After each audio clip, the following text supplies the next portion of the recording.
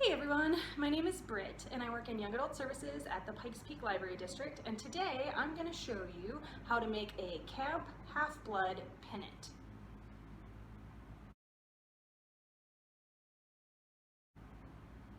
So, if you're not familiar with Camp Half-Blood, that's where Percy Jackson kind of made his home base. So if you're a Percy Jackson fan or you like Greek mythology, this project is going to be great for you. I'm going to include a little bonus at the end where I talk about some of Rick Riordan. He's the Percy Jackson author. I'm going to talk about some of his books, and he also has his own little publishing imprint right now, and I'm going to tell you about some of the books on that imprint that I really have enjoyed. So if you're looking for something to read, hang out at the end of this video and check those out. In the meantime, let me give you the supply list. So you're going to need, first and most importantly, felt or construction paper. I have felt, so I'm going to use felt, but this project will work just as well with construction paper or really any other kind of paper. So felt, a dowel. This is a dowel. So again, I happen to have dowels. You may not. That's okay. You could use a pencil, you could use a chopstick, you could use a pen. Pan would be very disappointed in you, but you could use a plastic straw, stuff like that. So anything like that, kind of a round shape, and that's kind of what you're going to hang your banner on. So something roundish like a dowel. You will also need glue. So I am using tacky glue because that's going to work the best with felt, and I feel like if you have felt, you probably also have tacky glue. But if you're using construction paper, you can just use a glue stick or whatever glue you have on hand. You'll also need either a printer or a way to trace,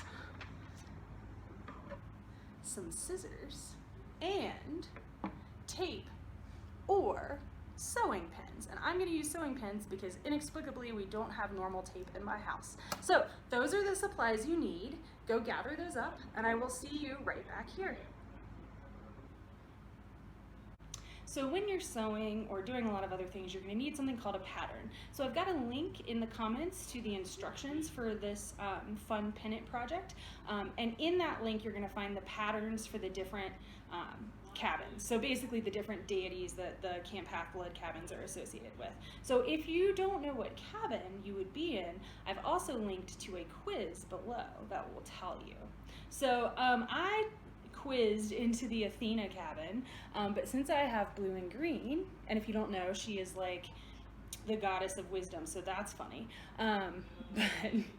I do have blue and green felt, so I am gonna go with Poseidon, which very mild spoiler alert is Percy Jackson's cabin, and Poseidon is the sea god, so I think blue and green are going to be kind of better colors for that. So that's why I'm going to do that.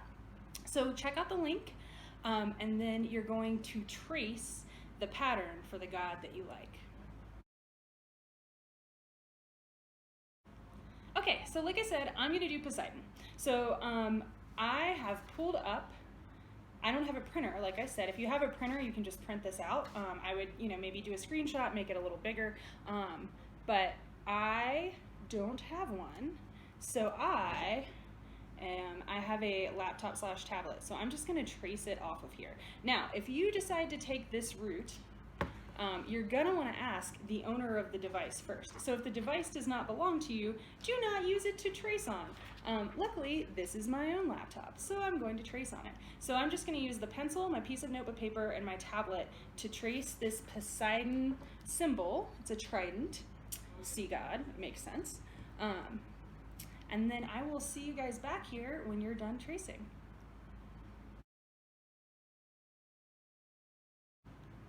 Hi, so hopefully your tracing went well and you have something that bears a passing resemblance to the Camp Half-Blood symbol, or the symbol for the Greek god. The next thing you're going to do is kind of prepare the base of your banner. So you can see here, it's essentially going to be, a rectangle with some tails. If you've never seen a pennant, that's kind of what they look like. So I'm going to use this blue, and I want it to be about 8 inches in width And if you're using construction paper, that's pretty perfect because construction paper is 8.5 inches in width, so you can just leave your piece of construction paper as it is. But if you're using felt, you're gonna wanna cut out a rectangle that's about 8 inches in width and then as long as you want it to be. So go ahead and do that, and I will see you back here in a few minutes.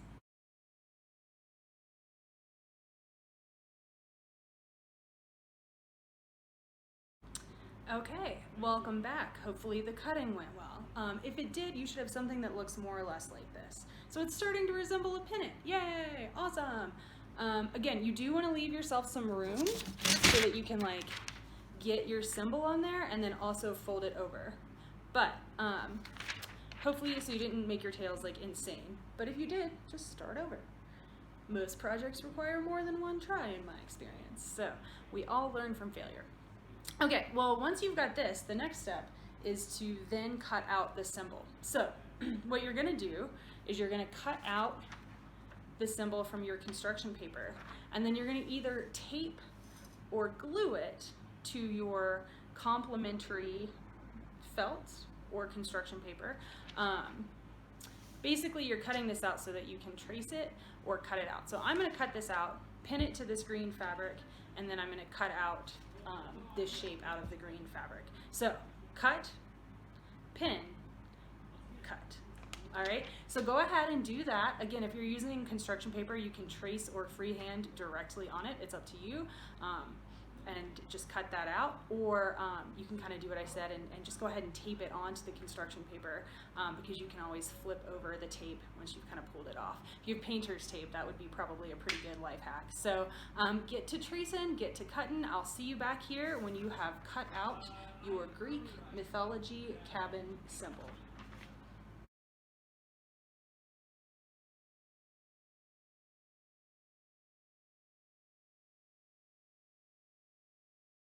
Okay, you're back. Hopefully your cutting was successful. So mine was pretty successful, although every time I have to cut something out, I remember how bad I am at cutting things out. So go ahead now, you've got your pennant and you've got your symbol. And so now you're just gonna glue stuff together. Okay, so I'm gonna start off, I have this kind of long thing here, so I'm going to pull it all the way out, and then I'm going to go ahead and kind of like position my trident symbol where I want it on the pennant, so about right here, and then I can kind of look at it and see, hey, how long do I want it to be? I think I want it to fold over here.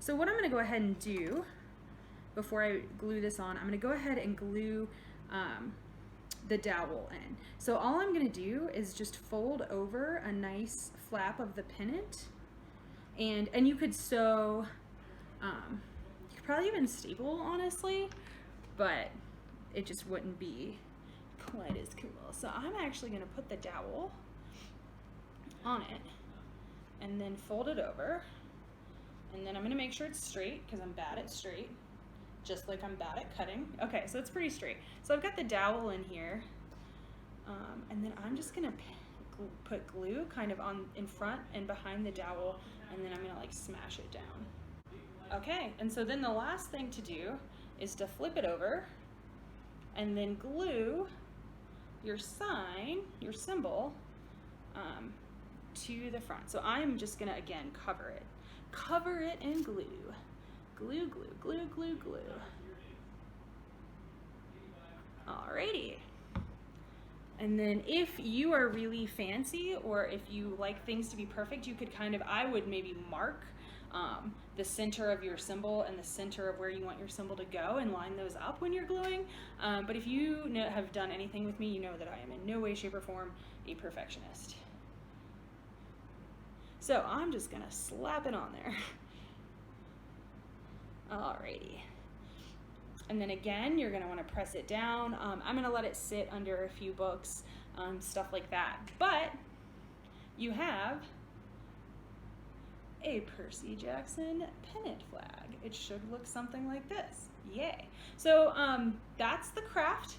if you want to hang out, like I said, for a few minutes, I am going to talk to you guys about some awesome Rick Riordan books and books that are pretty similar to Percy Jackson that I think you might enjoy. So if you want to see kind of those bonus book recommendations, hang out. Otherwise, enjoy your beautiful Camp Half-Blood pennant.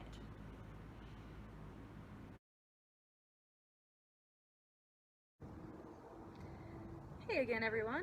So if you're just now joining me, my name is Britt and I work for the Pikes Peak Library District in Colorado Springs, Colorado. And I'm going to tell you about some books that you might like if you liked the Percy Jackson books. So the first thing that I would recommend doing if you enjoyed Percy Jackson would be to read Rick Riordan's other books.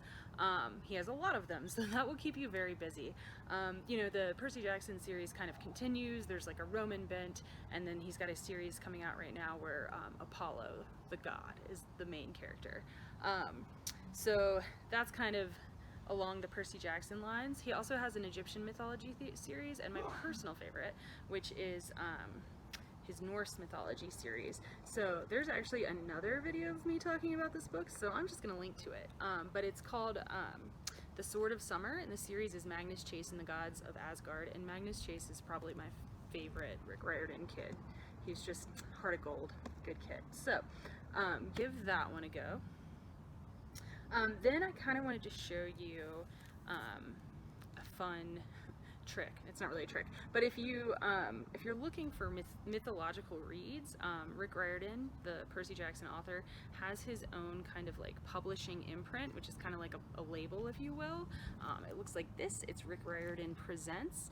So any book that you see with that kind of icon on the side, and again I'm going to link to that website below, but it's going to be a mythological read in the vein of the Percy Jackson books, so like fast-paced, kind of funny, snarky, that kind of thing.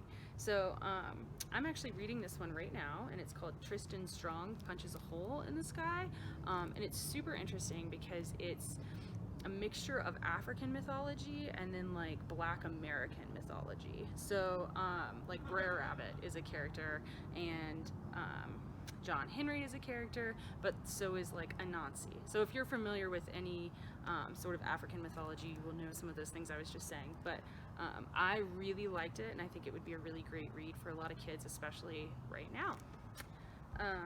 Let's see. So we didn't have the first one in this series on the shelf. I just kind of went and raided the library. But this is the second one. It's about Mayan mythology.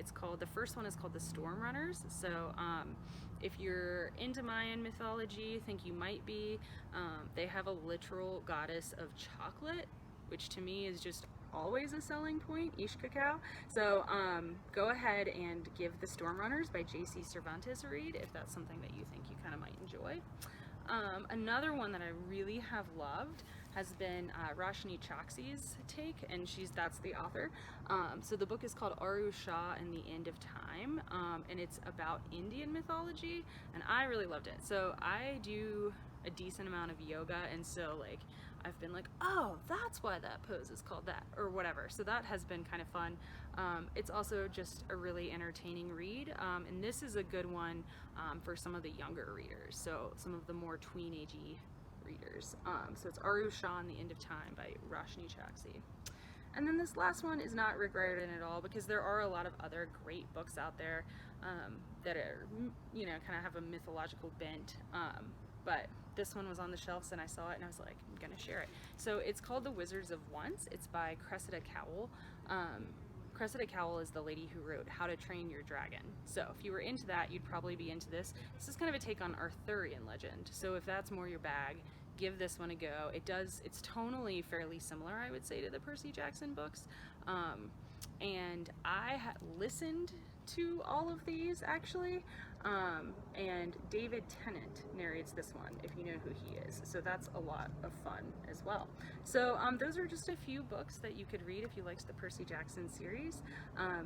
Hopefully one of them sounded good to you. I've linked to all of them in the description in the library's catalog, so you can go ahead and put them on hold or check them out today. Thanks so much for taking the time to listen to me gab, and happy reading.